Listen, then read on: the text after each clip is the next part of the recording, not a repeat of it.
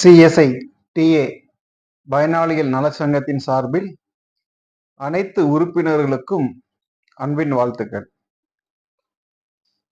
இன்றைய தினம் 25ஆம் தேதி 7வது மாதம் 2024.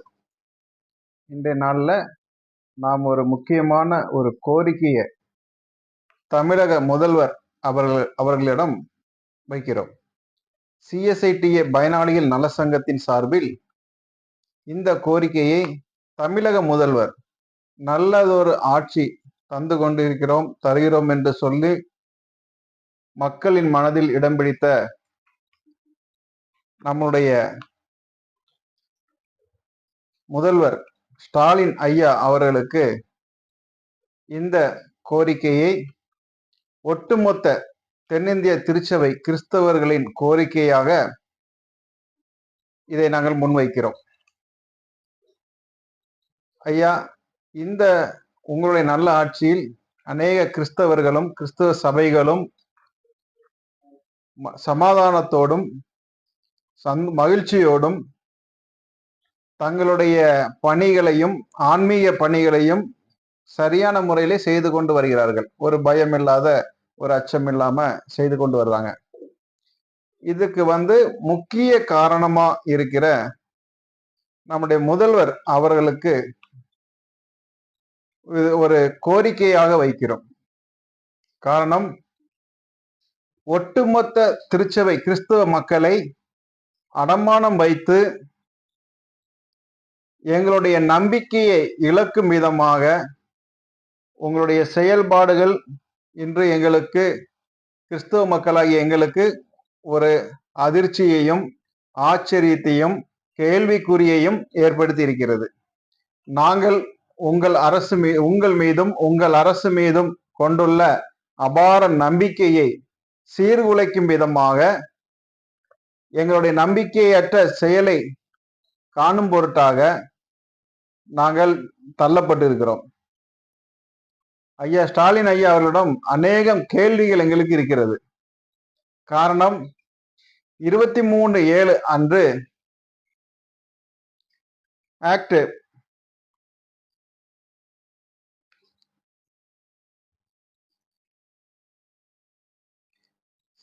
சிறுபான்மை தமிழ்நாடு சிறுபான்மையினர் பொருளாதார மேம்பாட்டுக் கழகம் சிறுபான்மையினர் இனத்தை சேர்ந்த தனிநபர் மற்றும் குழுக்களுக்கு உதவிடும் வகையில் குறைந்த வட்டி விகிதத்தில் பொருளாதார நிலையை மேம்படுத்தி கொள்ளும் பொருட்டு பல்வேறு கடன் உதவி திட்டங்களை செயல்படுத்தி வருகிறது.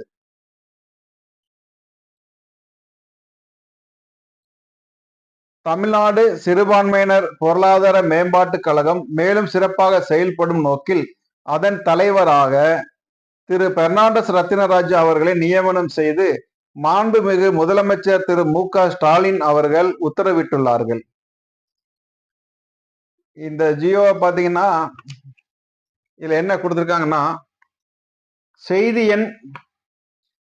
செய்தி வெளியீடு எண் 10/27 நாள் 23/7/2024 தமிழ்நாடு சிறுபான்மையினர் பொருளாதார மேம்பாட்டுக் கழகத்தின் தலைவராக திரு பெர்னாண்டஸ் ரத்தினராஜா அவர்கள் நியமனம் மாண்புமிகு தமிழ்நாடு முதலமைச்சர் திரு மு.க. ஸ்டாலின் அவர்கள் உத்தரவு.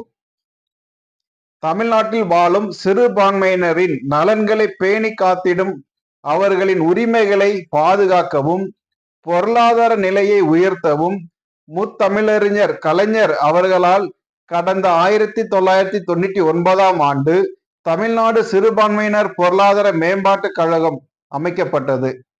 இக்கழகம் சிறுபான்மையினரின் சமூக பொருளாதாரம் மேம்பாட்டிற்காக செயல்பட்டு வருகிறது. ரொம்ப சந்தோஷம்.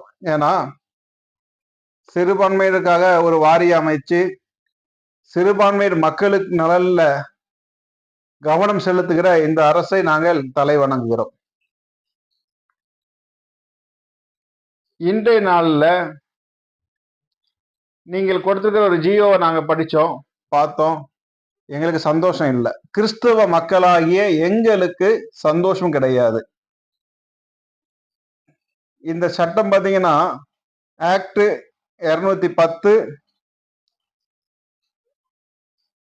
எஃப் 2010 இன்படி இந்த இந்த இந்த அறிக்கையை முதல்வர் அவர்கள் கொடுத்திருக்காங்க. காரணம், இதுக்கு முன்னாடி இருந்த தலைவர் ஐயா இன்னைக்கோ இருதயராஜ் அவர்கள் அந்த பணிக்காலம் முடிந்து விட்டது. முடிந்து விட்டதுமே என்ன பண்றாங்கன்னா, பெர்னாண்டஸ் ரத்தினராஜா அவர்களை நீங்கள் பணி நியமனம் செய்கிறீர்கள். கிறிஸ்தவ மக்களாகி எங்களுக்கு கடுமையான ஒரு அதிர்ச்சி. ஏனென்றால் ஒரு தமிழக அரசு தன்னுடைய கடமையை செய்ய தவறிவிட்டதா அல்லது தமிழக அரசின் அதிகாரிகள் செயலிழந்து விட்டார்களா, கண்காணிப்பு குறைந்து விட்டதா என்ற ஒரு கேள்வி எங்களுக்கு எழுந்துள்ளது. சிறுபான்மையினர் என்று சொல்லக்கூடிய கிறிஸ்துவ மக்களுக்கு ஒரு மேம்பாட்டு கழகம் நீங்க அமைச்சிருக்கிறீங்க. கிறிஸ்தவ மக்கள் மட்டும் இல்ல, முஸ்லிம் மக்கள் மற்ற எல்லா சமுதாய மக்களுக்காக ஒரு மேம்பாட்டு கழகத்தை நீங்க என்ன பண்ணிருக்கீங்க. ரொம்ப சந்தோஷம். ஆனா பெர்னாண்டஸ் ரத்னராஜா சிஎஸ்ஐ தென்னிந்திய திருச்சபையில செக்ரட்டரி சொல்லி உங்களுடைய ஆணைய குறிப்புல எழுதியிருக்கீங்க.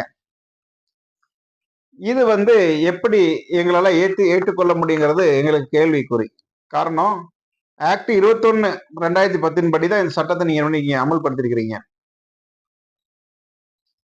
இந்த சிறுபான்மையினர் என்று சொல்லக்கூடிய கிறிஸ்தவர்களும் மற்ற மதத்தினரும் சேர்ந்து ஒரு பொதுவான ஒரு தலைவரை ஏற்படுத்தியிருக்கீங்க. ஆனா தமிழக அரசின் அதிகாரிகள், காவல்துறையா இருக்கட்டும், ஐஏஎஸ் அதிகாரிகளா இருக்கட்டும், உளவுத்துறையா இருக்கட்டும், இன்னையுடைய சம்பவங்கள், இன்னையுடைய பணி நியமனங்கள் கிறிஸ்தவ மக்களிடத்திலே ஒரு அச்சத்தையும் ஒரு பயத்தையும் ஒரு என்ன சொல்றது, ஒரு நம்பிக்கையின்மையும் ஏற்படுத்தி இருக்கிறது. காரணம், பெர்னாண்டஸ் ரத்தினராஜா என்பவர், அவரை குறித்தான முழு தகவல்களையும் மாண்புமிகு முதலமைச்சர் அவர்களுக்கு மறைக்கப்பட்டதாக நாங்கள் நினைக்கிறோம். காரணம், உங்களை சந்திக்க முடியாமல், உங்களிடத்திலே சரியான தகவலை கொடுக்காமல், உங்களிடம் நயமாக பேசி ஏமாற்றின உங்கள் துறையை சேர்ந்த அமைச்சர்களுக்கு இந்த பதிவு பொருந்தும். காரணம், ஒரு முதல்வரிடம் சரியான தகவலை கொண்டு செல்லாமல் முதலமைச்சருடைய நல்ல ஆட்சிக்கு இழுக்கும் ஏற்படும் விதமாக செயல்பட்ட ஒரு சில தலைவர்களை இங்கு சுட்டி காண்பிக்க விரும்புகிறேன். காரணம், 1912ஆம் ஆண்டு அமெரிக்கன் மிஷன் அந்த இயக்கத்துக்கு தமிழக அரசால் ஏழை பெண்களுக்கும் விதவைகளுக்கும் கண் பார்வை அற்றவர்களுக்கும் தானமாக கொடுத்த 48 ஏக்கர் நிலம். இந்த 48 ஏக்கர் நிலம் எங்க இருக்குன்னா, மதுரை ரட்சணியபுரம், கே புதூர் 3 மாவடியில் இருக்கு. இந்த 3 மாவடியில் இருக்கிற 1912ஆம் ஆண்டு 48 ஏக்கர் நிலம் தானமாக கொடுக்கப்பட்டது. யாரு? அமெரிக்க மிஷன் மூலமாக இந்த மக்களுக்கு நீங்க நல்லது செய்யுங்க, தொண்டாற்றுங்க அப்படின்னு சொல்லி இந்த தானமாக கொடுக்கப்பட்ட நிலம். அப்படி நீங்க சரியா செய்யலைன்னா அது என்ன பண்ணும், திரும்ப அரசுக்கே கொடுக்கணும்.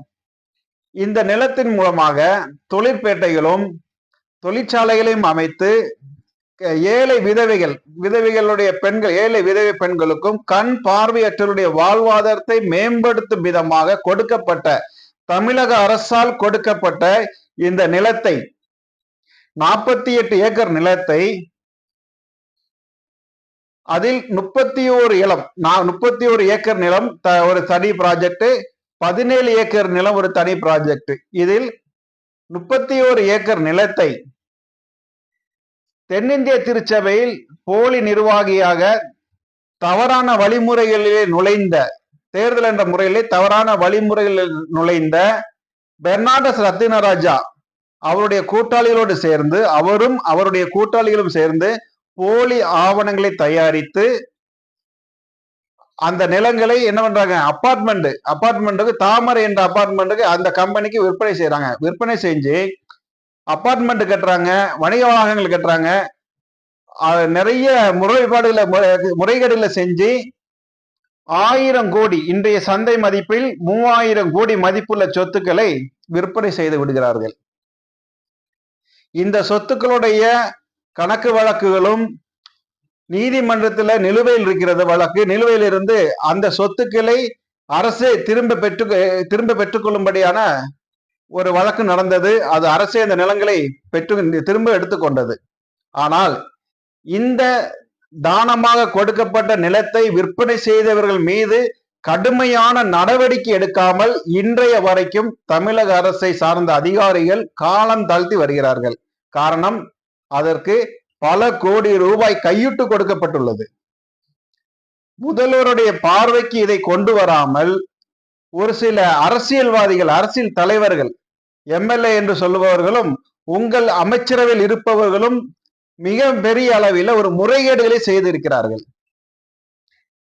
இந்த நிலத்தின் வழக்கு நீதிமன்றத்தில் வழக்கு போடப்பட்டு இந்த வழக்கை மீட்டெடுப்பதற்காக சகோதரர் தேவசகாயம், ஸ்ரீவில்லிபுத்தூரை சேர்ந்த தேவசகாயம் அவர்களுடைய முயற்சியினால இந்த நிலத்தை திரும்ப அரசு எடுத்துக்கொண்டது. ஆனால் அவரின் அசுக்கும் விதமாக காவல்துறையும் அரசு அதிகாரிகளும் ஒட்டுமொத்த ஆக்கிரமிப்பை கட்டவிழ்த்து விட்டு இன்றும் உயிருக்கு உத்தரவாதம் இல்லாத நிலையிலே அவர் இருந்து வருகிறார். இந்த நிலத்துல பாருங்க, 331 ஏக்கர் நிலத்தை கோர்ட் வழக்கின்படி 3581 அந்த ஜியோ படி 3000 கோடி சொத்துக்களை சகோதரர் தேவசகாயம் அவர்கள் மீட்டு கொடுத்திருக்காங்க. மதுரை உயர்மன்ற கிளை, சென்னை உயர் நீதிமன்றத்தின் மதுரை கிளையில கோர்ட் வழக்கு வழக்கு பதிவு செய்யப்பட்டு 24/352/2022 இந்த எண்ணின்படி நில நிர்வாக ஆணையம் மற்றும் அனைவருக்கும் நோட்டீஸ் அனுப்பப்பட்டு இந்த நிலத்தை முறையாக கையகப்படுத்த காலதாமதம் ஏற்பட்டு வருகிறது. அரசு தானமாக கொடுத்த 3000 கோடி மதிப்புள்ள நிலத்தை விற்பனை செய்த பெர்னாண்டஸ் ரத்தினராஜாவுக்கு இன்றைய முதல்வருடைய கரங்களினாலே தமிழக அரசு பணி நியமனம் செய்தது, அரசு வேலை கொடுத்தது ஒட்டுமொத்த திருச்சபை மக்களுடைய மத்தியிலே கடும் அதிருப்தியை ஏற்படுத்தி இருக்கிறது. மிகுந்த ஒரு வருத்தம். நம்முடைய அரசாங்கம், அரசு அதிகாரிகள் செயலிழந்து விட்டார்களா, காரணம் பணத்திற்காக விலை போய்விட்டார்களா என்பது இந்த பதிவின் மூலம் உங்களுக்கு தெளிவாக தெரியும். காரணம், ஒரு நீதிமன்ற ஆணையை மதிக்காமல் 3000 கோடி சொத்துக்களை அரசு திரும்ப எடுத்துக்கொண்டதின் பேரில் அந்த 3000 கோடி முறைகேடு செய்த நபரையும் தென்னிந்திய திருச்சபை CSITA கம்பெனியில ஜாயிண்ட் செக்ரட்டரியாக இருந்த பெர்னாண்டஸ் ரத்தினராஜாவை நம்முடைய உயர் நீதிமன்றம் அந்த பொறுப்பில் இருந்து விடுவித்து விட்டது. ஆனால் அந்த பொறுப்பில் இருப்பதாக உங்களுக்கு காண்பிக்கப்பட்டு இருக்கிறது. இது நாங்கள் முதல்வரை குற்றம் சொல்லவில்லை. முதல்வருக்கு தவறான தகவலை கொடுத்து ஒரு அவப்பெயரை ஏற்படுத்தின இந்த கயவர்கள் மீது நீங்கள் கடுமையான நடவடிக்கை எடுக்க வேண்டும். CSI synod Chennai Fernandes Rathinaraja general secretary. ஐயா முதல்வர் அவர்களே, பெர்னாண்டஸ் ரத்தினராஜா CSI சினாடு அலுவலகத்தில், சினாடு தலைமையகத்தில் ஜெனரல் செக்ரட்டரியாக பதவி வகித்து வந்ததும், அதன் மூலமாக பல்லாயிரம் கோடிகள் ஊழல் செய்ததும் நிரூபணமானதினால அந்த போஸ்டிங்க்கு அவர் தவறான ஆட்களை வைத்து அந்த பொறுப்பில் வந்தது ஊர்ஜிதமாக்கப்பட்டு நிரூபிக்கப்பட்டதனால அந்த வழக்கானது உயர் நீதிமன்றத்தினால் 2 பெஞ்ச் நீதிபதிகளால் விசாரிக்கப்பட்டு பெர்னாண்டஸ் ரத்னராஜாவை அந்த பணியிலிருந்து நீக்கம் பண்ணிட்டாங்க, சஸ்பெண்ட் பண்ணியாச்சு. அவரு மட்டுமில்ல, அவரோடு சேர்ந்து இருந்த மாடரேட்டர் என்று சொல்லிக் கொண்டு இருந்த ரசாலம் அவர்களையும் பணி நீக்கம் செய்து விட்டார்கள். இவர்கள் எல்லாம் 70 வயது வரை நாங்கள் இருப்போம் என்று இப்போ சுப்ரீம் கோர்ட்டை போயிருக்கிறாங்க. இப்படி குற்ற பின்னணிகள் உள்ளவர்கள். பெர்னாண்டஸ் ரத்னராஜாவின் இன்னும் அவர் மீது அநேக வழக்குகள் இருக்கிறது, கொலை வழக்குகள் இருக்கிறது. கருப்பு என்பவரை கொலை செய்த வழக்கும் மதுரை காவல் நிலையத்திலே நடந்து வந்தது. அதிலே கருப்போட மகன் அந்த அவருடைய பிள்ளைகள் சமீபத்தில் பேட்டியெல்லாம் கொடுத்திருந்தாங்க. அந்த வழக்கில் காவல்துறை உதவியோடு அவர் காப்பாற்றப்பட்டார். ஒட்டுமொத்த காவல்துறைக்கும் அரசுக்கும் இழுக்கு ஏற்படும் விதமாகவும் அவப்பெயர் ஏற்படும் விதமாகவும் இதன் பின்னணியில் செயல்பட்டவர்களை நீங்கள் உடனே விசாரித்து நடவடிக்கை எடுத்து இதற்கு துணை போன அமைச்சர்கள், இல்ல அமைச்சர்கள் பாத்தீங்கன்னா அமைச்சர்களும் துணை போயிருக்காங்க, எம்பிக்களும் துணை போயிருக்காங்க. ஏன்னா இந்த பெர்னாண்டஸ் ரத்னராஜா மீது பல ஆயிரம் கோடி ஊழல்கள் இருக்கிறது. இந்த தனக்கு கொடுத்த அந்த பதவியை துஷ்பிரயோகம் செய்து சிஎஸ்ஐ நிர்வாகத்தில மிகப்பெரிய ஒரு மாபியா கும்பலாக வந்தார். வலம் வந்த இந்த நபருக்கு இன்று அரசு கொடுத்த அங்கீகாரம் உங்களுடைய கரங்களிலே ஒரு தலைமை. தமிழக அரசு ஒரு மாபியா கும்பலுக்கு தமிழக அரசு ஒரு அங்கீகாரம் கொடுத்தது என்று சொன்னால் கிறிஸ்தவ மக்களாகிய எங்களுக்கு மிகப்பெரிய அவமானம். அதனாலதான் இந்த கோரிக்கையை இந்த காணொலி மூலமாக நாங்கள் வைக்கிறோம். எங்களுக்கு பாதுகாவலனாகவும் பாதுகாப்பாளராகவும் இருந்து ஒட்டுமொத்த மக்களையும் பாதுகாத்து வரும் இந்த அரசுக்கு களங்கம் ஏற்பட்டு விடக்கூடாது என்பதற்காக தான் இந்த பதிவை உங்கள் சமூகம் நாங்கள் சமர்ப்பிக்கிறோம். பெர்னாண்டஸ் ரத்னராஜாவின் அக்கிரமங்களும் அநியாயங்களையும் நீங்கள் விசாரிக்க வேண்டும். காரணம், இவர் மீது உள்ள குற்ற வழக்குகளும் குற்ற செயல்களும் எல்லாமே உளவுத்துறைக்கு தெரியும், காவல்துறைக்கு தெரியும். இத்தனை காரணம், தற்போது இவர் பல இடங்களிலே நில மோசடிகளும், பெங்களூரில் நாங்கள் கேள்விப்பட்ட வகையில் பெங்களூரில் 400 கோடி ரூபாய் மதிப்பில் ஒரு மருத்துவமனையை கட்டி வருகிறார் தன்னுடைய வளர்ப்பு மகனுக்கு. இவருக்கு வாரிசு கிடையாது, தன்னுடைய வளர்ப்பு மகனுக்கு கட்டி வருகிறார். இவர் வளர்ப்பு மகன் டாக்டராக இருக்கிறார். இவருடைய வளர்ப்பு மகனுக்கு திருவனந்தபுரம் காரக்கோணம் மெடிக்கல் காலேஜில் சீட்டு வாங்குவதற்காக அதுலேயும் முறைகேடுகள்.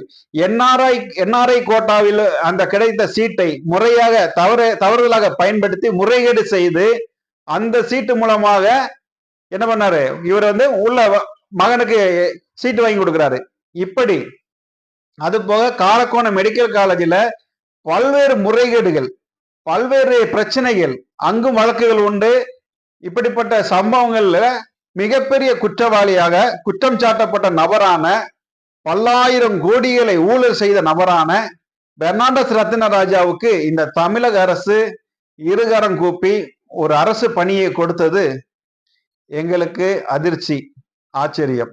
காரணம், தமிழக அரசு மீது பல்வேறு குற்றச்சாட்டுகளை வைப்பார்கள், ஊழலுக்கு துணை போவாங்க, ஊழல் செய்வார்கள் என்று. ஆனால் எங்களுக்கு அது தெரிய தேவையில்லை. நாங்கள் நம்புகிற, எங்களுக்கு நம்பிக்கையில நட்சத்திரமாக இருக்கிற ஐயா முதல்வர் அவர்களுக்கு நாங்கள் எங்களுடைய கோரிக்கையை பணிவன்போடு வைக்கிறோம். காரணம், உங்கள் அரசுக்கு இழுக்கு ஏற்படும் விதமாக இந்த தகவலை உங்களுக்கு சரியாக உங்களிடத்தில் சமர்ப்பிக்காத நபர்களை நீங்கள் கண்டிப்பாக பணியிடை நீக்கம் செய்ய வேண்டும். அதுல குறிப்பாக பாத்தீங்கன்னா எங்களுடைய கேள்வி, இவ்வளவு பெரிய குற்றவாளியை உங்கள் முன்பாக கொண்டு நிறுத்தி அவர்களை இந்த தமிழகத்திலே இந்த அரசு படிக்கு அலங்கரித்த நபர்களை நீங்கள் களை எடுக்க வேண்டும். இதற்கு துணை போன காவல்துறை இருக்கிறாங்க, காவல்துறை அதிகாரிகள் இதுக்கு துணை போயிருக்கிறாங்க, உளவுத்துறை துணை போயிருக்குது. ஒரு மிகப்பெரிய ஒரு குற்றவாளியை அடையாளப்படுத்தாம மிகப்பெரிய குற்றவாளிக்கு தமிழக அரசவையில் ஒரு அங்கீகாரம் கொடுத்திருக்கு என்பது ஏற்றுக்கொள்ள முடியாத ஒரு சம்பவம். இந்த பெர்னாண்டஸ் ரத்னராஜா மீது உடனடியாக அவர் மீது உள்ள அனைத்து வழக்குகளும் அனைத்து வழக்குகளையும் நீங்கள் துரிதமாக செயல்பட்டு அவர் மீது உள்ள குற்றச்சாட்டுகளையும் குற்ற வழக்குகளையும் விரைந்து நடவடிக்கை எடுக்க வேண்டும். இந்த பல்லாயிரம் கோடி ஊழல் செய்த நபரை பணம் பெற்றுக்கொண்டு லஞ்சம் பெற்றுக்கொண்டு உங்களிடத்துல மறைத்த கையவர்களை நீங்கள் தண்டிக்க வேண்டும். காரணம், அமைச்சர்கள் என்ற பெயரிலே நாங்கள் மிகவும் மதிக்கிற நபர்களே. ஏன்னா நாங்க எங்களுடைய தேவைகளை உங்ககிட்ட டைரக்டா கொண்டு வர முடியாது. எங்களுடைய வார்டு கவுன்சிலர், எங்களுடைய எம்பி, எம்எல்ஏ இவங்க மூலமா தான் எங்களுடைய தேவைகளை நாங்க என்ன பண்ண முடியும், அமைச்சர் முதலமைச்சருடைய பார்வைக்கு கொண்டு வர முடியும். ஆனா அதே எம்எல்ஏக்களும் எம்பிக்களும் பணத்தை பெற்றுக்கொண்டு இந்த தேசத்தை வஞ்சிச்ச ஒட்டுமொத்த கிறிஸ்தவ மக்களையும் வஞ்சித்த இந்த நபரை கொண்டு உங்கள் முன்பாக நல்லவர்கள் போல காண்பித்து ஒட்டுமொத்த திருச்சபை கிறிஸ்தவ மக்களுக்கும் சிறுபான்மையினருக்கும் எதிரான காரியத்தை செய்தவர்கள் தண்டிக்கப்பட வேண்டும். இதுல முக்கிய பங்காற்றியவர் சகோதரர் திருமாவளவனுக்கு அவர் தான் இதுல முக்கிய பங்காற்றி இருக்கிறார். அடுத்து இனிக்கோ இருதராஜ், அண்ணன் இனிக்கோ இருதராஜ் இதுல பங்காற்றி இருக்கிறார். அது போக நம்முடைய அமைச்சர் செஞ்சி மஸ்தானா, சகோதரர் செஞ்சி மஸ்தான் அவர்களுடைய பங்களிப்பு இருக்கிறது. கீதா ஜீவன், சகோதரி கீதா ஜீவனுக்கு இதுல பங்களிப்பு இருக்கிறது. இதெல்லாம் நீங்க சரியா விசாரித்து இவர்கள் மீது நடவடிக்கை எடுக்க வேண்டும். இப்படிப்பட்டவர்களை வருங்காலங்களிலே அமைச்சரவையில் இருக்கிறதுக்கு இடம் நீங்கள் கொடுக்க கூடாது. ஏன்னா நீங்க இந்த பதவியை கொடுத்தது இந்த அமைச்சர்கள் மீதெல்லாம் நம்பிக்கை வைத்திருப்பீங்க. இந்த உளவுத்துறை உங்களுக்கு சரியான தகவலை கொடுக்கல. ஒரு உளவுத்துறையும் இந்த அமைச்சர்களும் சேர்ந்து என்ன பண்ணியிருக்கிறாங்க, முதல்வர்கள் அவர்களிடம் தவறான தகவலை கொடுத்து ஒரு குற்றவாளியை, பல்லாயிரம் கோடி ஊழல் செய்த ஒரு குற்றவாளியையும் அரசு தானமாக கொடுத்த, ஏழைகளுக்கு தானமாக கொடுத்த ஒரு நிலத்தை விற்பனை செய்த இந்த மிகப்பெரிய குற்றவாளிக்கு தமிழக அரசு ஒரு அங்கீகாரத்தை கொடுத்தது எங்களுக்கு மிகுந்த அதிர்ச்சி, மிகுந்த வருத்தம். இப்போது எங்களுடைய கேள்வி என்னவென்றால், அரசு நிலத்தை யாரு வேண்டுமென்றாலும் வைத்துக் கொள்ளலாமா? யாரு வேண்டுமென்றாலும் அதை பட்டா போட்டுக் கொள்ளலாமா? யாரு வேண்டுமென்றாலும் ஆக்கிரமித்துக் கொள்ளலாமா?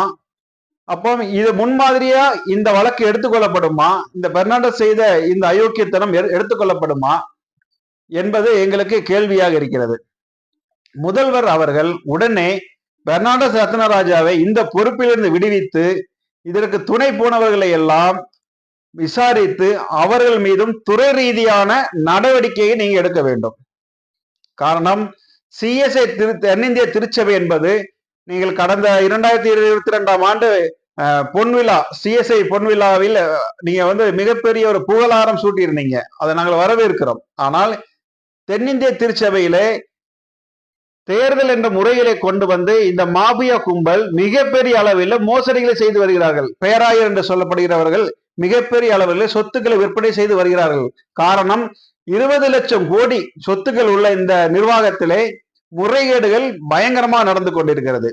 இப்படிப்பட்டவர்கள் நீங்கள் ஊக்குவிப்பீர்கள் என்றால் ஒட்டுமொத்த கிறிஸ்தவர்களும் வீதியில் போராட வேண்டிய சூழ்நிலைக்கு தள்ளப்படுகிறார்கள்.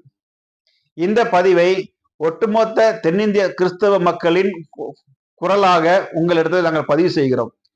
சிஎஸ்ஐடிஏ பயனாளிகள் நல சங்கமானது இந்த செயலுக்கு இதுக்கு துணை போன அதிகாரிகளையும் துணை போன அமைச்சர்களையும் வன்மையாக கண்டிக்கிறது. ஒரு முதல்வருடைய அரசு ஆட்சிக்கு களங்கம் ஏற்படும் விதமாக செயல்பட்ட இந்த அமைச்சர்களை எல்லாம் துறை ரீதியாக நீங்கள் கண்டிக்க வேண்டும், தண்டிக்க வேண்டும். வருங்காலங்களில் இப்படிப்பட்ட சம்பவங்கள் நடக்கக்கூடாது. ஏன்னா தவறு செய்தவனும் கொள்ளையடித்தவனும் கொலைகாரனும் அமைச்சரவையில உட்காரலாம் என்பதற்கு இது ஒரு சாட்சியாக மாறிவிடும். எனவே முதல்வர் அவர்கள் தயவு கூர்ந்து பெர்னாண்டஸ் ரத்னராஜாவை உடனே பணியிட நீக்கம் செய்ய வேண்டும். அப்படி செய்யாத பட்சத்தில் ஒட்டுமொத்த கிறிஸ்தவர்களும் நாங்கள் ஒன்று சேர்ந்து மிகப்பெரிய ஒரு போராட்டத்தை நாங்கள் செய்ய வேண்டிய நிலைமைக்கு தள்ளப்படுகிறோம். இந்த பதிவு முதல்வர் அவர்களுடைய பார்வைக்கு வரும் என்று நாங்கள் நம்புகிறோம். எனவே நீங்கள் உடனே நடவடிக்கை எடுப்பீர்கள் நாங்கள் நம்புகிறோம். மக்களுடைய நாயகனாகவும் மக்களுக்காகவே ஒரு நல்லாட்சியை தந்து கொண்டிருக்கிற ஐயா ஸ்டாலின் அவர்களிடம் மீண்டும் இருகரம் கூப்பி எங்களுடைய பதிவுகளை உங்களுடைய பாதத்திலே சமர்ப்பிக்கிறோம். ஐயா, மீண்டும் ஒரு கோரிக்கை. இந்த பெர்னாண்டஸ் ரத்னராஜா சம்பந்தப்பட்ட காரியங்களிலே பிஷப் என்று சொல்லிக்கொண்டு மிகப்பெரிய அங்கீகாரம் பெற்றவர்கள் சொல்லிக்கொண்டு போலி பிம்பத்தை உருவாக்கி போலியான தகவல்களை இவர்கள் உங்களிடத்தில் கொண்டு வருகிறார்கள். இந்த பிஷப் என்று சொல்லுகிறவர்கள் எல்லாம் பல்லாயிரம் கோடிகளும் பல ஆயிரம் கோடிகளும் சொத்துக்களை வைத்துக் கொண்டும் முறைகேடுகளை செய்த நபர்கள் தங்களை காப்பாற்றிக் கொள்வதற்காகவே இந்த வேலையை செய்கிறார்கள். இன்னும் ஒரு சம்பவம் கூட நான் சொல்ல ஆசைப்படுகிறேன். நீங்கள் சரியான நபர்களை விசாரித்து சரியான நபர்களை உங்கள் அமைச்சரவையில் அமர வைங்கள். 3000 கோடி அரசுக்கே இழப்பு செய்த நபரிடம் நீங்கள் நிதி தலைவராக வைத்தது வேடிக்கையாக இருக்கிறது, சிரிப்பாக கூட இருக்கிறது. நிதி மேம்பாட்டு சிறுபான்மையினுடைய பொருளாதாரத்தில் இவர் எப்படி நிதியை எப்படி செய்வாரு?